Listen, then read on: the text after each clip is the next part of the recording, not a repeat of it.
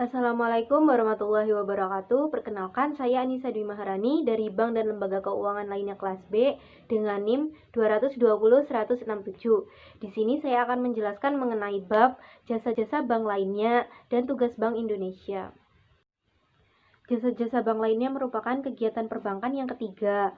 Kegiatan ini memiliki tujuan mendukung dan memperlancar kegiatan menghimpun dan menyalurkan dana. Semakin lengkap jasa bank yang diberikan, maka semakin baik. Jika nasabah ingin melakukan suatu transaksi perbankan, cukup di satu bank saja.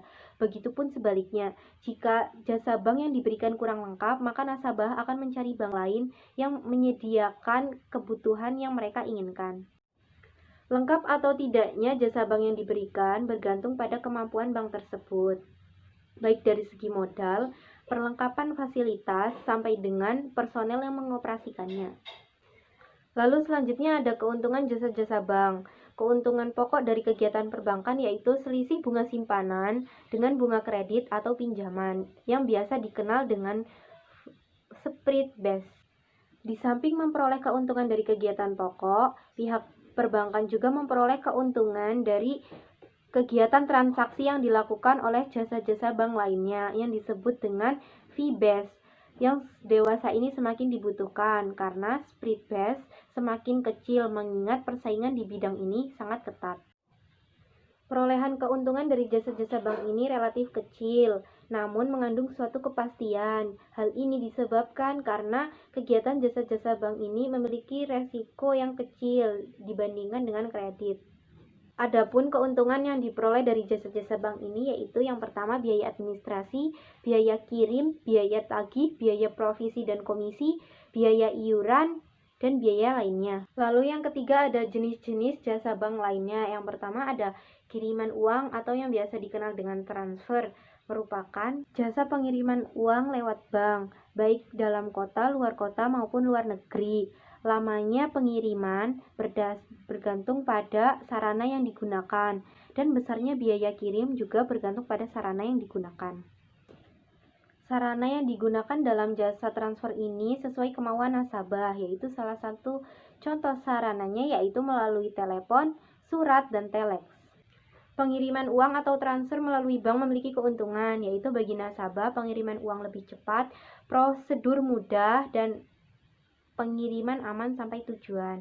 Dan bagi yang menerima yaitu biaya kirim, biaya provisi dan komisi, serta pelayanan kepada nasabah.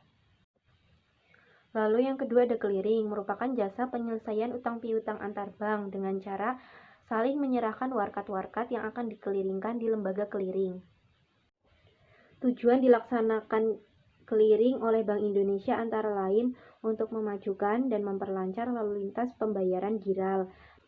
Dan yang kedua, agar perhitungan penyelesaian utang piutang dapat dilaksanakan dengan mudah, aman, dan efisien. Yang ketiga ada inkaso, merupakan jasa bank untuk menagihkan warkat-warkat yang berasal dari luar kota atau luar negeri. Warkat-warkat tersebut ialah cek, wesel, kwitansi, dividen, money order, dan lain-lain. Yang keempat ada Safe Deposit Box atau SDB, merupakan jasa bank yang diberikan kepada para nasabahnya, atau yang dikenal dengan Safe Locket. SDB berbentuk kotak dengan ukuran tertentu dan disewakan kepada nasabah yang ingin menyimpan dokumen atau barang-barang berharga miliknya. Yang kelima ada bank card, merupakan kartu plastik yang dikeluarkan oleh bank, diberikan kepada para nasabahnya, digunakan sebagai alat pembayaran di tempat tertentu. Kartu ini bisa diuangkan di berbagai tempat seperti ATM. Yang keenam ada banknotes, merupakan uang kartal asing yang dikeluarkan dan diterbitkan oleh bank luar negeri dan biasa dikenal dengan sebutan devisa tunai, memiliki sifat seperti uang tunai. Yang ketujuh ada travel checkku, merupakan cek wisata atau cek perjalanan, biasanya digunakan oleh mereka yang bepergian atau dibawa oleh turis. Travel checkku diterbitkan dalam pecahan tertentu seperti halnya uang kartal. Travel checkku diterbitkan dalam bentuk mata uang rupiah dan mata uang asing. Travel checkku dapat dibelanjakan di berbagai tempat, terutama di mana bank yang menerbitkan travel checkku melakukan perjanjian atau pengikatan. Travel checkku dapat diuangkan di berbagai bank. Yang kedelapan ada letter of credit, merupakan suatu pernyataan dari bank atas permintaan nasabah, biasanya importir, untuk menyediakan dan membayar sejumlah uang tertentu untuk pihak ketiga, yaitu penerima letter of credit atau eksportir. Letter of credit disebut dengan kredit berdokumen. Yang kedelapan ada bank garansi dan referensi bank, yaitu jaminan pembayaran yang diberikan oleh bank kepada suatu pihak, baik perorangan, perusahaan, atau badan lembaga lainnya dalam bentuk surat jaminan. Pemberian fasilitas bank garansi ini ada 3 pihak yang terlibat, yaitu pihak penjamin atau bank, pihak terjamin atau nasabah, dan pihak penerima jaminan atau pihak ketiga. Pemberian bank garansi oleh pihak bank memiliki tujuan, yaitu memberikan bantuan fasilitas dan mempermudah kelancaran transaksi nasabah.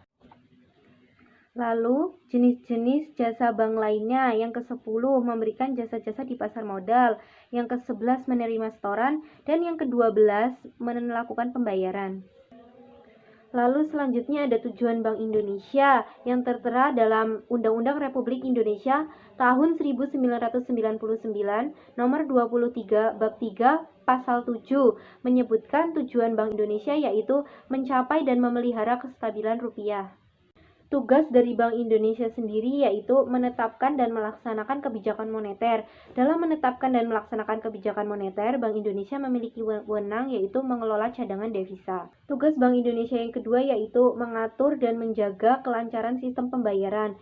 Dalam mengatur dan menjaga kelancaran sistem pembayaran, Bank Indonesia memiliki wewenang untuk menetapkan alat pembayaran. Bank Indonesia memiliki hubungan dengan pemerintah, yaitu bertindak sebagai pemegang kas pemerintah. Selain itu, Bank Indonesia juga memiliki hubungan dengan dunia internasional, yaitu dapat bekerja sama dengan bank sentral negara lain dan organisasi serta lembaga internasional lainnya. Itulah penjelasan dari saya mengenai jasa-jasa bank lainnya dan tugas Bank Indonesia. Bila ada kesalahan dalam berkata, mohon dimaafkan. Wassalamualaikum warahmatullahi wabarakatuh.